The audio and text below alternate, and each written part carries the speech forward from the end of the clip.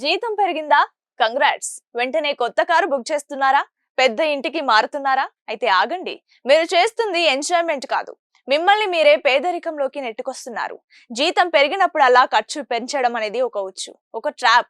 ఇందులో పడితే జీవితాంతం బయటకు రాలేరు. దీనినే లైఫ్ స్టైల్ ఇన్ఫ్లేషన్ అంటారు. అంటే మీ ఆదాయం 20,000 రూపాయలు ఉన్నప్పుడు 20,000 రూపాయలతో బతికారు. ఇప్పుడు 50,000 రూపాయలైంది. కానీ ఖర్చులు కూడా 50,000 రూపాయలకు చేరాయి. మరి మీ సేవింగ్స్ ఏవి? సున్నా. మనిషి బుర్ర ఎలా పనిచేస్తుందంటే, చేతికి డబ్బు రాగానే అవసరాలు వాటంతట అవే పుట్టుకొస్తాయి. కొత్త ఫోన్, క్రెడిట్ కార్డ్ బిల్లులు, అనవసరపు షాపింగ్, చివరికి నెలాఖరుకు మళ్ళీ చేతిలో చిల్లి గవ్వ ఉండదు. ఇదే మధ్యతరగతి వాడికి ఎప్పటికీ ధనవంతుడిని కానివ్వని అసలు రహస్యం.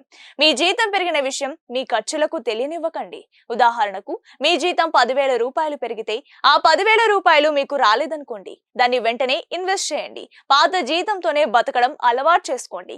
గొప్పగా కనిపించడం కోసం ఖర్చు పెడితే పేదవాళ్ళుగానే మిగిలిపోతారు.